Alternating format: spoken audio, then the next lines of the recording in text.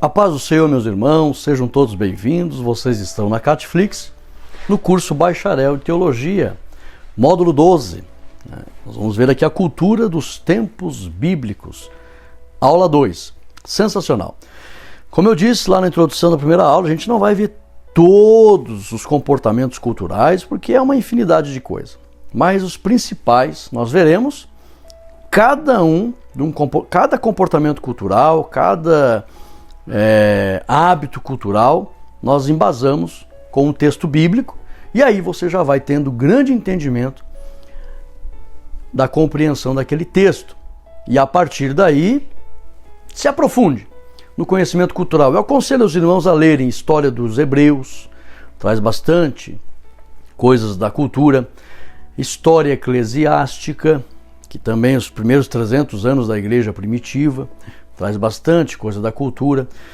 Aconselho os irmãos a estudarem os comentários bíblicos do Dr. Champlin, porque ele comenta versículo por versículo da Bíblia, tanto o Antigo como o Novo Testamento.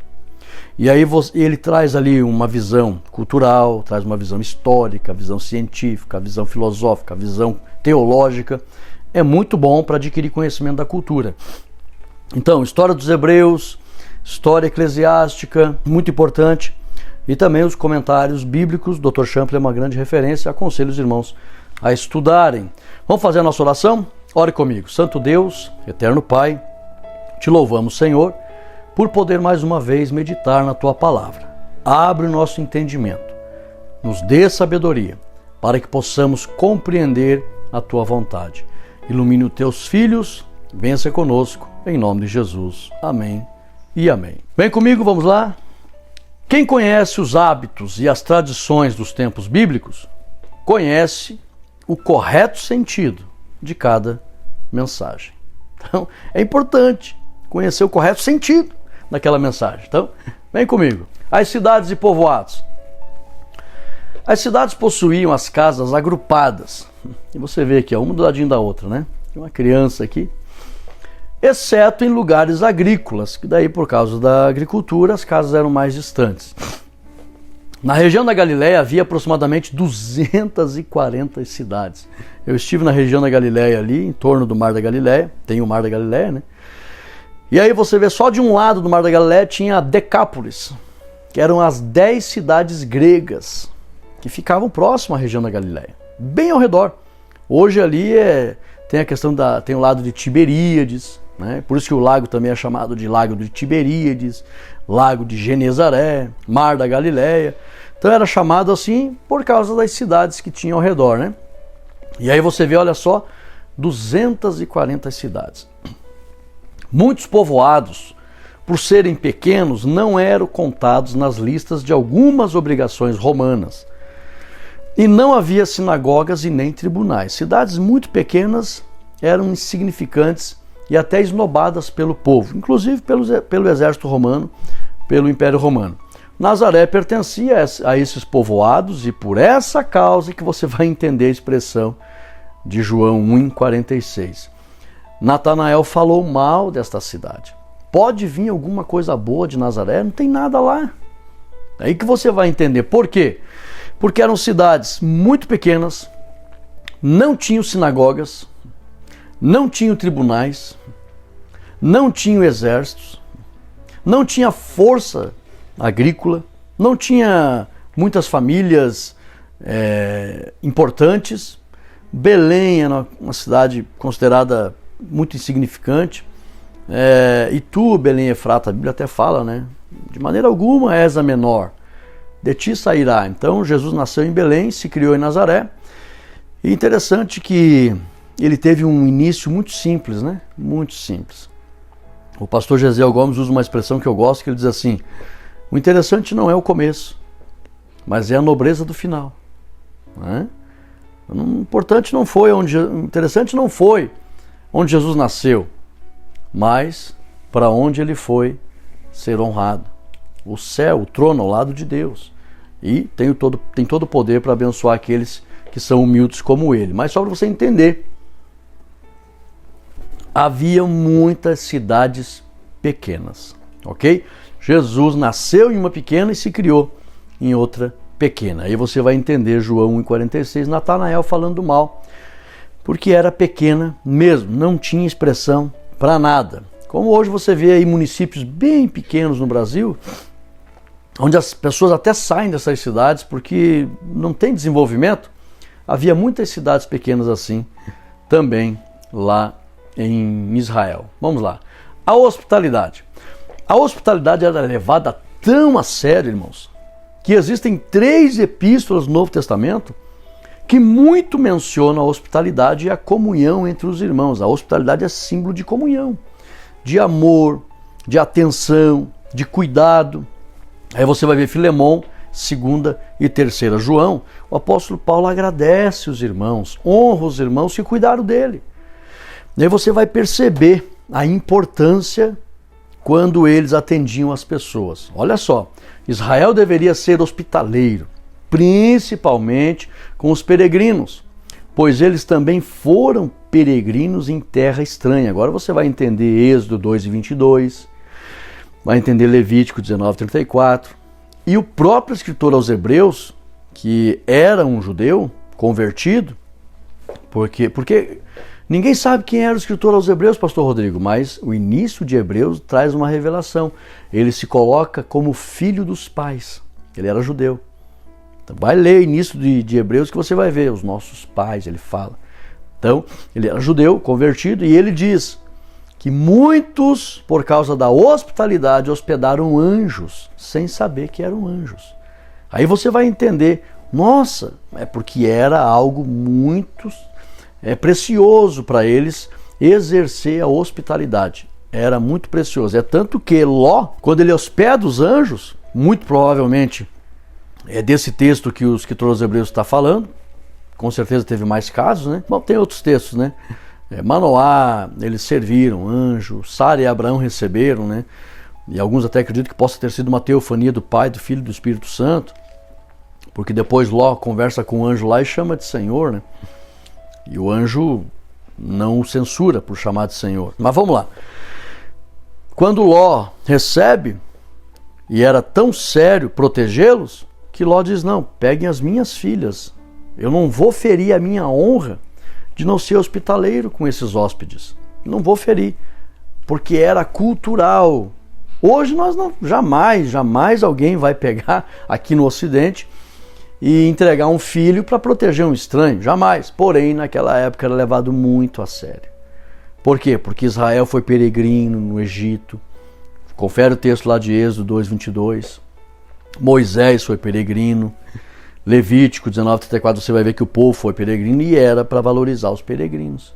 Era para ser hospitaleiro. Aí você vai entender muitos outros textos por causa dessa cultura da hospitalidade. E aqui você vê Jesus lavando os pés, que era o que o dono da casa fazia. É uma ideia aqui de Jesus. As pessoas chegavam, muita poeira, sol, os pés inchavam, cansado. Sempre tinha ou um servo ou alguém da casa com uma bacia com água. A visita chegava ali, o hóspede colocava os pés naquela água. Era um renovo para a vida daquela pessoa. Ok? As tendas, olha que interessante. Foi com a ida da família de Jacó para o Egito que terminou a fase da vida em barraca por séculos, né? Mais de 400 anos. E tal hábito só reiniciou com a peregrinação do povo hebreu pelo deserto, pois durante os 40 anos habitaram novamente em barracas, e novamente chegou o fim com a entrada na terra de Canaã sob a liderança de Josué. Então moraram muito tempo em tendas. Em Jó 4:21, então o povo tinha muito costume com tenda, presta atenção. Fala em arrancar a corda da tenda ou cortar o fio da vida. Nossa, por que uma corda de uma barraca foi considerada um fio da vida? Aqui, ó.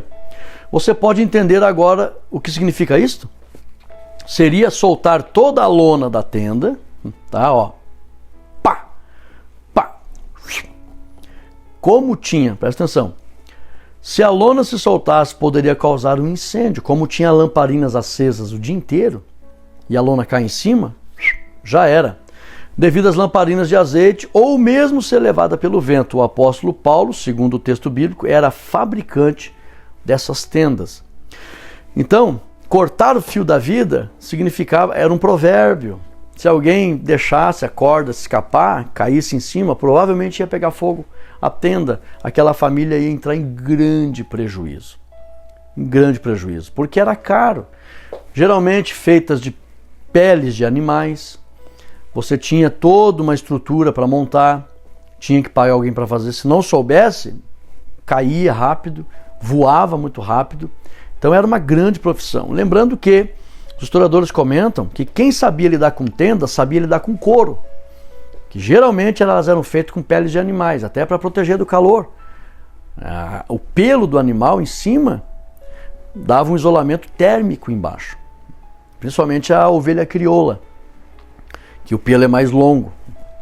E aí quem sabia montar tenda sabia lidar com couro e não sabia fazer só tenda, sabia fazer sandália, sabia fazer cintos, sabiam fazer coberturas para bancos, cadeiras e até capas, né, para peregrinos andarem no deserto, dormiam até com essas capas. E o apóstolo Paulo tinha várias habilidades porque ele construía tenda. Todo fabricante de tenda dominava a arte de lidar com o couro. Ele sabia fazer muitas outras coisas. E é por isso que você vai entender. O apóstolo Paulo, ele era um fabricante de tendas, porque era comum na vida das pessoas morar em tendas. E até foi por isso que muitos ficaram um pouco exaltadinhos, né? Quando eles saíram do deserto e foram para Jericó. Porque imagina, morando há décadas em tendas, barracas, agora passam a morar em casas de pedra. Então foi um avanço tecnológico muito grande, né? Um avanço na área da construção civil. E ficaram extremamente confortáveis e acabaram esquecendo do tabernáculo, esquecendo de se reunir para cultuar, as tribos se dividiram. E foi um período terrível na vida do povo de Deus, porque passaram a valorizar mais os bens materiais. O próprio Ageu, depois que eles vêm do cativeiro, e o povo volta para suas casas e começam a reconstruir tudo, Ageu acusa o povo dizendo: vocês esqueceram da casa do Senhor e só se preocupam em esturrucar as casas de vocês. Vocês vão juntar dinheiro em saco furado. Confere lá, Ageu, que você vai ver. Porque eles agora estavam morando novamente nas suas casas, casas de pedras, e aí ficavam extremamente preocupados com os seus bens. E o ser humano é assim. Começa a adquirir bens, ele corre o risco de esquecer da obra de Deus. Então, às vezes é bom, né? Nós lembrarmos aí que o povo morou muito tempo em barraca. Não pode esquecer de onde saiu, né? Nós também éramos aí uma barraca velha, né? E Deus restaurou. Hoje é um templo do Espírito Santo. A Bíblia não chama nós como tenda do Espírito, mas templo do Espírito. É algo mais bonito, na verdade. Então o povo saiu de tendas para algo mais bonito, só que a gente não pode esquecer as nossas origens. Vamos lá? A família. Os judeus sempre olharam para a família como o modelo de relacionamento escolhido por Deus para se relacionar com os seres criados. Confere lá Efésios 3:15. Tanto os seres que estão no céu como os que estão na terra são chamados de família de Deus. Então, para o judeu, a família é o que é a família? É o modelo de relacionamento entre Deus e o ser humano. Íntimo, amoroso, cuidadoso, prazeroso. Família, você nunca vai ver lá em Israel, agora principalmente, um filho matando um pai, ou um pai matando um filho, como tem aqui no Brasil todo dia. Não é, o grau de consideração é imenso mesmo. Paulo também diz que a igreja é uma família de fé. Ele fala os domésticos da fé, a mesma intimidade, o mesmo amor, o mesmo tipo de relacionamento. Então, falou em família na Bíblia, é o modelo de relacionamento que devemos ter com Deus. Por isso, quanto melhor nos relacionarmos com a nossa família, melhor Deus percebe que estamos dispostos a se relacionar com Ele. E a Bíblia é clara. Como que a gente vai dizer que ama a Deus que não vê se eu não amo o meu irmão que eu vejo? Tudo é uma questão de relacionamento e nós devemos entender que a família é o modelo de relacionamento entre o ser humano e Deus. Confere Gálatas 6 e 10, Paulo fala dos domésticos da fé. A figura paterna, olha só que sensacional. Para os judeus, o pai era o representante máximo de Deus. E por isso levavam muito a sério o mandamento de honrar os pais. Confere lá Efésios 6 e 2, Êxodo 20 e 12. Letra B. A palavra de um pai era tão honrada que Paulo sabia que se o carcereiro aceitasse a Jesus, com certeza toda a família também o seguiria e aceitaria Cristo. Lembra? Atos 16, 31. Houve o terremoto, o carcereiro ficou ali, poxa, fugiram e tal. Paulo, não fugimos, estamos aqui. O que eu faço para ser salvo? Crê no Senhor Jesus, será salvo tu. Olha a visão de Paulo. Paulo sabia a palavra de um pai naquela. Se o pai chegasse em casa e dissesse, olha, a partir de hoje nós vamos servir a esse Deus. Todos faziam a vontade do pai. Ninguém questionava.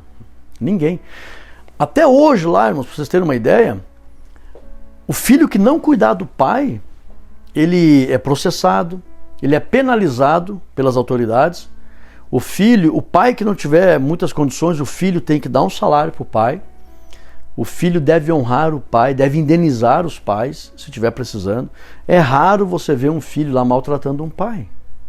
Por quê? Porque o pai é a representação máxima de Deus. O único mandamento com promessa: honre o teu pai e a tua mãe. É os pais, não é só o pai, é a mãe também. Para que vivas muito tempo na face da terra. Por quê? Porque à medida que a gente honra o pai e a mãe, estamos provando o quão interessado estamos em honrar a Deus. Sensacional para você entender vários textos, o quanto eles levavam a sério a figura do pai. A mãe. As mães eram vistas como as geradoras de vidas para Deus e seu reino. E por isso, ser mãe era ser uma mulher alegre. Mulher que gerava era o maior símbolo de uma mulher alegre. O que mais trazia alegria para uma mulher? Gerar. Por quê? Porque ela era geradora de vidas para o reino de Deus. Uma vez que o ser humano existe, nunca mais deixa de existir. Então é uma honra sem medida. E uma mulher, ela tinha esse sentimento. É uma pena que, infelizmente, né, já tinha naquela época, mas um número muito pequeno. O que, pastor Rodrigo? Mães que abandonavam os filhos. Por extrema necessidade, né? Ou até teve algumas que comeram os filhos, mas era raro, raríssimo, raríssimo. Mas o próprio Deus diz, ainda que uma mãe esqueça de um filho, porque já tinha. Mas era raro. Agora, no Ocidente chega a ser até nojento, irmãos. Nos Estados Unidos tem caixinhas em vários lugares, nas quadras, nas ruas, para coleta de criança, se a mãe quiser abandonar. Dá para acreditar num negócio desse? Qualquer mulher lá ganhou, mas não posso cuidar, etc e tal, pá, leva naquela caixinha, deve ter uma campainha, alguma coisa, alguém vai lá, pega a criança e leva para o orfanato. Já colocaram inúmeras caixinhas na rua, porque é imenso o número de mulheres que abandonam seus filhos. Era raro em Israel uma mãe abandonar seu filho. O papel das mães era tão importante na educação dos filhos, que quando Manoá, agora você vai entender, o papel de uma mãe, a alegria que ela tinha em gerar e educar, e o quanto Deus esperava que ela educasse, e toda a família esperava que ela também se dedicasse à educação da criança. Todo mundo sabia. Quando a Bíblia diz, assentado em tua casa, Deus falou a Moisés, assentado em tua casa, inculca a palavra, isso estava mais a cargo das mães. Por quê? Porque assentado fala que a criança, ela não tinha condições de caminhar ainda, não caminhava, então ela ficava geralmente no colo da mãe. Então eram as mães que ensinavam. Olha só, o papel das mães era tão importante na educação dos filhos, que quando Manoá pediu informações acerca de como cuidar de Sansão, o anjo apareceu para a mãe e deu as instruções. Confere lá, aí você vai entender. Por isso que ele apareceu para a mãe, porque era cultural. As mães se alegravam em gerar e educar. Confere Juízes 13, 8 e 9. Eu já ensinei outras vezes, as mães pegavam um pote de mel, pote de biscoito, né, faziam o biscoito no formato das letras e davam para as crianças comer, dizia, as palavras do Senhor são doces como mel, e as crianças comiam e sentiam o sabor das palavras do Senhor. As mães eram excelentes pedagogas. Vamos lá? Os filhos. Para os judeus, os filhos são herança do Senhor. É raro você ver um judeu rejeitar um filho. E por esta causa eles desejam gerar filhos para Deus e cuidam com a máxima responsabilidade. Confere Salmo 127, 3. São herança, não são nossos. É do Senhor. Para os judeus é uma grande honra poder gerar filhos para Deus, pois nem os anjos têm essa capacidade, mas somente os seres humanos. Provérbios 17, 6. Então, os judeus, eles sabem que nós somos imagem e semelhança de Deus na capacidade de criar. Nem os anjos podem gerar vidas para a eternidade. O ser humano pode. Então, o judeu olha para isso como uma grande, a máxima honra que nós podemos ter. Porque a gente se assemelha a Deus nisso. Não para querer ser Deus, mas é uma honra poder participar na geração da vida. Isso é sensacional. E lá você vê, eles entendem que os filhos são do Senhor. É por isso que tem aquela história que o pai viajando, né? E a mãe tinha 2 filhos pequenos, deu uma insolação nas crianças e eles morreram. Estava em casa, o pai chegou. E a mãe não sabia como falar. Estava no quarto, mortos os 2. E o pai perguntou, cadê os filhos? Cadê as crianças? E ela disse, eles saíram. Será que demoram? Um pouco. E a mãe ali, né? Então eu vou tomar banho, vou arrumar as coisas e tal. A hora que ele chegar, me avise. E passou as horas. Ele, cadê as crianças? Dela disse, vou te contar uma história. Se um homem tivesse vindo aqui há muitos anos e deixado um valor em ouro para que a gente cuidasse para ele, e ele fosse viajar, passados-se os anos, ele voltasse e dissesse, onde está o ouro que eu pedi para vocês cuidar? A mãe perguntou para o marido, a esposa perguntou para o marido, ele teria direito de levar? O marido disse, claro, ele pediu para a gente cuidar, a gente aceitou, o ouro é dele, teria o direito de levar. E ela disse, então, venha cá. Abriu a cortina assim, os 2 mortos na cama, ela disse, aquele que nos deixou esse tesouro, aleluia, decidiu vir buscar. Sinto a presença de Deus aqui. Os filhos não são nossos. Então, pai, mãe, se acontecer qualquer coisa nessa terra, que os filhos saírem de perto de nós somos cuidadores. Eles são do Senhor. Então, aquele que deixou tem autoridade para vir buscar a hora que ele quiser. E os judeus entendem isso. O homem se jogou nos pés daquela mulher e disse, você é mais sábia do que eu, e com essa sabedoria consolaste o meu coração, mas irei chorar a dor da saudade. A gente chora a dor da saudade, mas não entra em desespero. Por quê? Porque entende que os filhos são do Senhor. Essa é a visão dos judeus. As viúvas, geralmente quando uma mulher ficava viúva, ela recebia uma herança do marido. Se a viúva fosse muito idosa e não pudesse mais administrar os seus bens, o herdeiro tinha por obrigação cuidar de sua mãe. Porque é a visão que eles tinham para honrar o pai e mãe, né? O Antigo Testamento tinha advertências graves para quem tentasse aproveitar-se de uma viúva. Confere Ezequiel 22:7, você vai entender. Em Salmos 68:5, Deus apresenta-se como protetor das viúvas. Então, o apóstolo Paulo, ele até disse que se alguém não cuidasse dos seus, era pior que o incrédulo. A responsabilidade que eles tinham em cuidar dos seus. Aqui está uma viúva, né? Às vezes eu fico com o braço aqui na frente, tá, irmãos? Vocês percebem muito bem, e aí, se você está copiando ou coisa assim, para o vídeo, você vai escutar, ou os slides são teus. Baixe os slides, não copie agora. Baixe os slides e aí não haverá nenhum problema de você não ver alguma palavra ou algo do tipo. E você vai copiar e vai ter os slides. Nem precisa copiar, porque os slides são teus. Baixe os slides. Então não tem problema nenhum, às vezes, eu gesticular aqui. E é uma aula, né? Assim como o professor fica na frente do quadro, eu voltei a fazer faculdade, o professor está lá, escreve e tal, e fica na frente. Ô professor, dá licença um pouquinho e tal. Normal. Ok? Mas essa questão para você entender as viúvas seríssimas.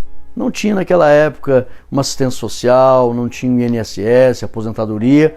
A responsabilidade era de quem? Dos filhos e da sociedade. Dos filhos e da sociedade. Aqueles que temessem a Deus, né? Para você ver o quanto, porque o próprio Deus se coloca, você vai ler Salmo 68:5, se coloca como protetor das viúvas. Era cultural cuidar das viúvas.